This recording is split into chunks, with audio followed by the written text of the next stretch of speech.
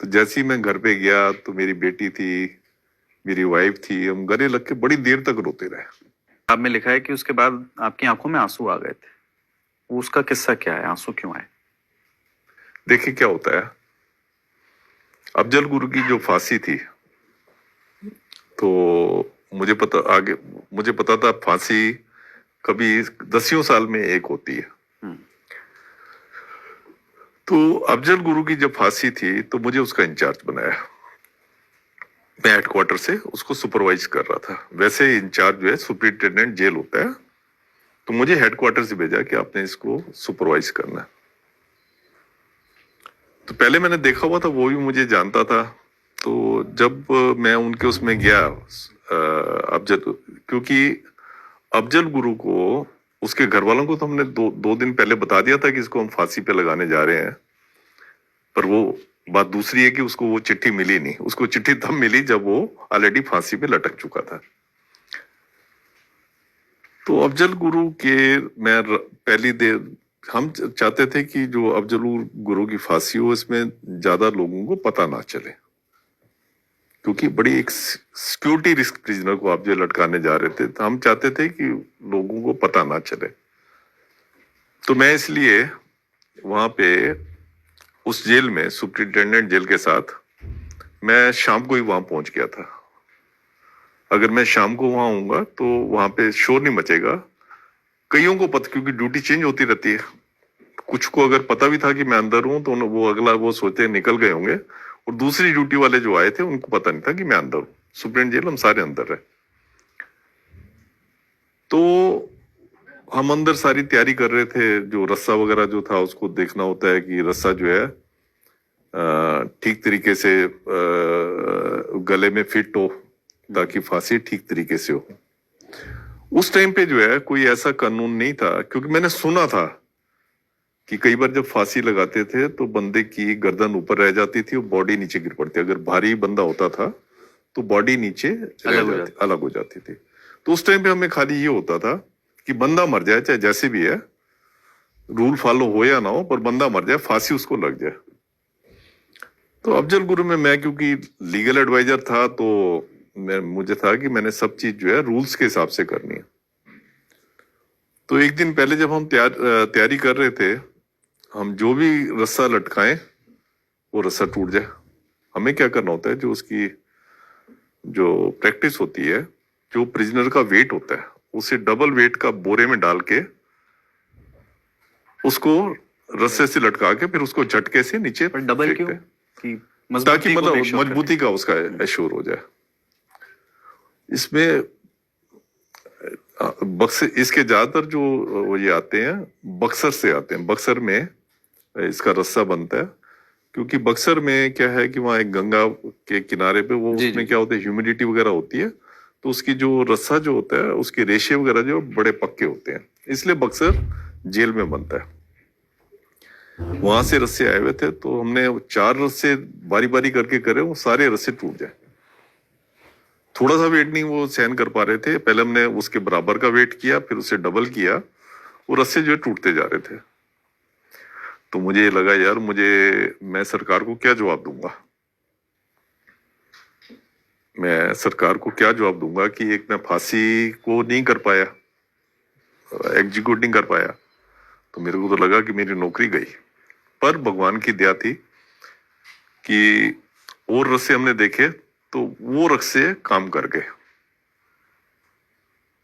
तो वो रस्से काम करके फिर हमें विश्वास हो गया कि इस रस्से से हम लटका सकते हैं। ये सब कुछ आप कोऑर्डिनेट कर रहे थे, तो डील किससे कर रहे थे? ऊपर किससे बात हो रही थी? नहीं, हमारे जेल सुप्रीडेंट साहब थे मेरे। तो जेल सुप्रीडेंट को कह रहे थे, क्योंकि रस्से हमारी जेल में जो रस्से बहुत बड़े होते हैं, खाली लटकाने के लिए नहीं होते, रस्सी का कई काम होता है। वैसे तो रस्सी जो है एक प्रोहिबिटेड आर्टिकल है, क्योंकि रस्सी को करके तो कोई भी कैदी बाहर जा सकता, अवेलेबल नहीं होता। तो हम उसको काफी उसमें अपने एक बड़े बक्से हमारे बने हुए, आर्मी स्टाइल के बक्से होते हैं, जिसमें हम रस्सों को रखते हैं जोड़ के।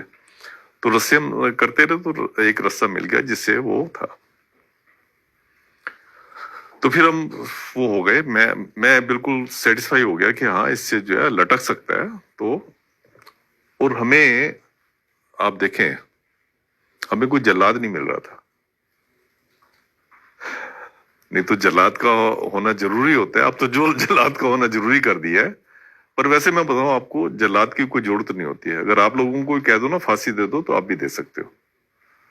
जब मेरे जैसा लॉ ग्रेजुएट फांसी दे सकता था, तो आपको भी कह दो तो आप भी फांसी दे सकते। उसमें कुछ नहीं होता, खाली एक लीवर होता है, उसको खींचना होता है और रस्से को अपने स्टाइल से बांधना होता है। अगर रस्सा आपने ठीक तरीके से नहीं बांधा, तो मैंने जो आपको बताया ना इंसिडेंट होता है, गर्दन जी। ऊपर रह सकती है, वो बॉडी नीचे आ जाए, तो ये चीज हो सकती है। तो खैर, जब रस्से से मैं पूरा वो हो गया, तो फिर मैं, जल्लाद कोई था नहीं, खाली सारे ऑफिसर ऑफिसर थे और हमारे सिपाही थे। हमारे सिपाही भी अगर उनको आप कह दो फांसी देनी है, बड़े खुश होते हैं, खुश होकर फांसी देते हैं। अच्छा। उनके लिए खेल होता है एक उनका। तो ये हो गया, जब मैं इससे हो गया कि हाँ ठीक है, रस्सा ठीक है, तो फिर मैं इनके पास सुबह के टाइम गया। तो एकदम इन्होंने मुझे देखा, तो इनको लगा कि आज कुछ ना कुछ अनहोनी हो रही है, कि सुनील गुप्ता जी के सवेरे सवेरे दर्शन हो गए। सुप्रीम जेल को तो वो देखते देखते थे। जी। तो मुझे कहने लगे कि सर आज कुछ दे रहे हो, फांसी वगैरह दे रहे हो? अफजल गुरु ने पूछा। हाँ। तो मैंने कहा तुम्हें कैसे पता है? तो कहने लगे कि एक तो आपके दर्शन हुए हैं सुबह सुबह, और दूसरा जो है मेरे को रात को अलग बंद कर दिया था।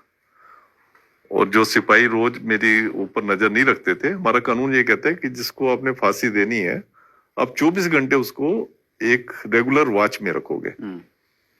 सिपाही देख रहे हैं, सीसीटीवी देख रहे हैं, सब कुछ है।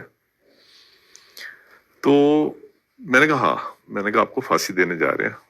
आप ही ने ये खबर ब्रेक की अफजल हाँ, गुरु? मैंने खबर ब्रेक किया। वैसे उसके घर वालों को हमने बता दिया था पहले, क्योंकि ये बहुत ही ज्यादा सिक्योरिटी का मामला था, जिसके ऊपर कितने राइट्स हो जाते, कितना कुछ हो जाता। तो फिर कहते अच्छा ठीक है सर। तो फिर पहले चाय पियो। मैंने कहा चाय पियोगे? कहते हाँ, मैं आप आए हो तो मैं आप सबके साथ जो है चाय पीऊंगा। तो उसने हमारे साथ चाय पी।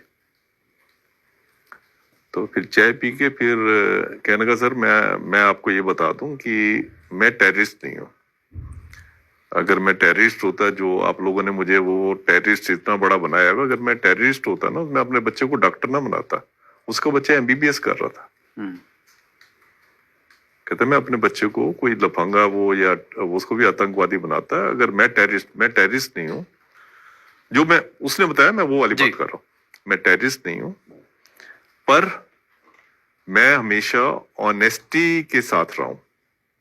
अब मेरा रिकॉर्ड पता कर लो, पीयूसीएल का मैं एक्टिव मेंबर था। पीयूसीएल के जितने प्रोग्राम होते थे मैं जाता था, और मैंने हमेशा जो है अपने देश को मजबूत करने के लिए, यहां से डिसऑनेस्टी को हटाने के लिए, करप्शन को हटाने के लिए मैंने काम किया। आप उनसे पूछ लो, मेरा पूछ सकते। मैंने कहा भैया अब तो देख सारी लीगल प्रक्रिया हो सकती है, मैं क्या पूछूंगा। तो मैंने कहा अच्छा तो ये बता, तो अपने घर में कुछ कहना चाहता है? तो मैंने कहा तू कुछ लिख के दे, क्योंकि मुझे पता था कि इसके राइट्स वगैरह हो सकते हैं। वो इतना अच्छा था, उसने वो पूरा लिख के दे दिया। उसने अपनी वाइफ को लिखी चिट्ठी, जिसमें उसने कहा कि जो लीगल की, जो भगवान की इच्छा थी, वो मैं जा रहा हूँ, पूरी भगवान की इच्छा को मैं पूरी कर रहा हूँ। तो सब मेरे साथ जेल में, मेरे साथ। किस भाषा में लिखी थी? उर्दू में। तो आप जो है बिल्कुल, आप बेटे की जो है, बेटे की पढ़ाई पूरी करवाना है ना, और आप सबको तो अपील कर देना मेरी तरफ से कि वहां शांति बनाए रखें। तो ठीक है, उसने लिख दी। फिर उसके बाद कहने लगा कि मेरे को आपकी आंखों में ना बहुत कंपैशन नजर आ रहा है। तो मैंने कहा अच्छी बात है, कंपैशन नजर आ रहा है। तो कहता नहीं, मैं ना ये चाहूंगा कि जब मुझे फांसी पे चढ़ाया जाए, आप इसको कह सकते हो आखिरी इच्छा या जो भी है, तो मैं आपकी आंखों में देखता रहूं। तो मैंने कहा यार जब तुम्हें फांसी पे चढ़ाया जाएगा, चलो ठीक है, जब तक आप चल के जा रहे हो फांसी के फंदे तक, तब तक तो ठीक है। उसके बाद तो आपके ऊपर काला कपड़ा डाल दिया जाता है, और काला कपड़ा डालने के बाद जो है फांसी आपको दे दी जाएगी। आप मेरी आंखों में कैसे देखो? कहते नहीं, मैं जब तक चलूंगा मैं आपकी आंखों में देखता जाऊंगा। मैंने कहा ठीक है, चल तेरी बात मान ली। ये वो मेरे को पावर थी। मैंने कहा ठीक है, तू मेरे को देखता जाइयो। उसके बाद कहता है कि मैं ना आपको सुनील जी एक गाना सुनाना चाहता हूँ। जो मुझे फांसी मिल रही है वो इसलिए मिल रही है कि मैं हमेशा लोगों का भला चाहता था। तो उनकी बात पे विश्वास करना चाहते। फिर उसने ना एक गाना गाना शुरू कर दिया। अच्छा। एक संजीव कुमार की पिक्चर थी बादल, वो भी ऐसे कैदियों के ऊपर थी। उसमें फांसी लगाने के लिए ले जा रहे होते हैं किसी को, देशभक्त को। तो उसमें गाना था, अपने लिए जिए तो क्या जिए, खुशी ये दिल जमाने के लिए। मतलब अपने लिए जीना क्या जीना है, आपने अगर जीना है तो जमाने के लिए जियो। और वो पूरा ट्यून में जैसे डांस करते हैं ना, वो गाना बोलता जाए और अपना, तो फिर हमें भी अच्छा लगा। तो हमने भी जो है वो उसके साथ गाना बोलना शुरू कर दिया। मैं, सुप्रिंटेंडेंट जेल, हम सारे उसके साथ वो अपने लिए ये गाना, उसे पूरा गाना बोला। तो ये मैंने, जैसे आपने बताया 8 फांसियां मैंने देखी हैं। मैंने ज्यादातर लोगों को देखा था कि जब फांसी लगती थी वो रोते हुए होते थे, जी मैंने कुछ नहीं किया जी, ये तो ऐसे वो हो गया। बड़े बड़े टेररिस्टों को देखा, नहीं जी नहीं, ये तो हमें उसने फंसा दिया, उसने फंसा दिया। ये पहला मैंने कैदी देखा था जो हंसते हुए कह रहा था कि अपने लिए नहीं जीना चाहिए। मतलब एक मैसेज दे रहा था कि आपको अपने लिए नहीं जीना चाहिए, दूसरों के लिए जीना चाहिए। और गाना उसने पूरा गाया और हमने उसके साथ गाया। ये सारी सीसीटीवी में रिकॉर्डेड है। तो उसके बाद उसको हम लेके गए फांसी के फंदे पे। जो हमारे सिपाही वगैरह वो लेके गए, मैं साइड पे खड़ा था, एक जज साहब आए हुए थे वो भी साइड पे खड़े हुए थे, सुप्रीम जेल साहब भी साथ खड़े थे। तो ये जब इसको उस पे लेके गए तो ये मेरी आंखों को की तरफ देखता हुआ गया। और वहां जाके इसने, जब इसको फांसी का, जब इसका हो गया, हमारा रूल से ही कहते हैं कि आप उसको लटकाओगे और 2 घंटे के बाद जो है डॉक्टर चेक करेगा कि लाइफ एक्सटिंक्ट हुई है कि नहीं हुई। जनरली 2 घंटे में क्या लाइफ तो तभी एक्सटिंक्ट हो जाती है जैसे उसको जोर से फंदा, जैसे आप झटके से आदमी को नीचे गिरता है जो फांसी लगती है, तो जैसे झटके से नीचे गिरता है तो तभी वो नूज इतनी स्ट्रांग हो जाती है गले में, वो बंदा तभी चला जाता है। हड्डी एकदम ये टूटती है ये वाली, और बंदा तभी चला जाता है।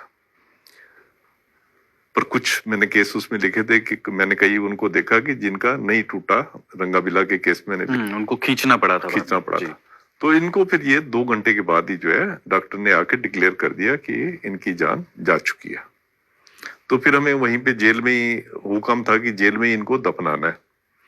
जो भी सिक्योरिटी रिस्क प्रिजनर होते हैं, जैसे सतवंत सिंह केयर सिंह थे, मोहम्मद मकबूल भट्ट जो इनका गुरु था जी, उसको भी वहीं पे लटकाया था, वहीं दफनाया था। की फांसी भी देखी आपने? हाँ, तो उसको भी वहीं पे दफनाया था, जब फांसी घर है हमारा वहीं पे दफनाया था। तो इनको भी उसके साथ ही दफनाया। तो उसके बाद क्या हुआ कि जो मैं जब घर गया तो घर में गया, मेरे घर वालों, मैंने अपने घर वालों को बिल्कुल नहीं बताया कि मैं ये वाला काम कर रहा हूँ। तो उनको था कि शायद कई बार ऐसे हो जाता था कि मैं कई रातें जो जेल में बितानी पड़ती थी, तो उन्होंने सोचा ऐसी कोई अर्जेंट काम होगा। फिर मैं जब गया वहां पे घर पे, मुझे उसकी बात रह के याद आ रही थी कि आपकी आंखों में मुझे बड़ा कंपैशन नजर आ रहा है। तो मुझे कई लोग कहते थे पर एक बंदा जब आखिरी उसमें वो बना चमचागिरी तो करेगा नहीं।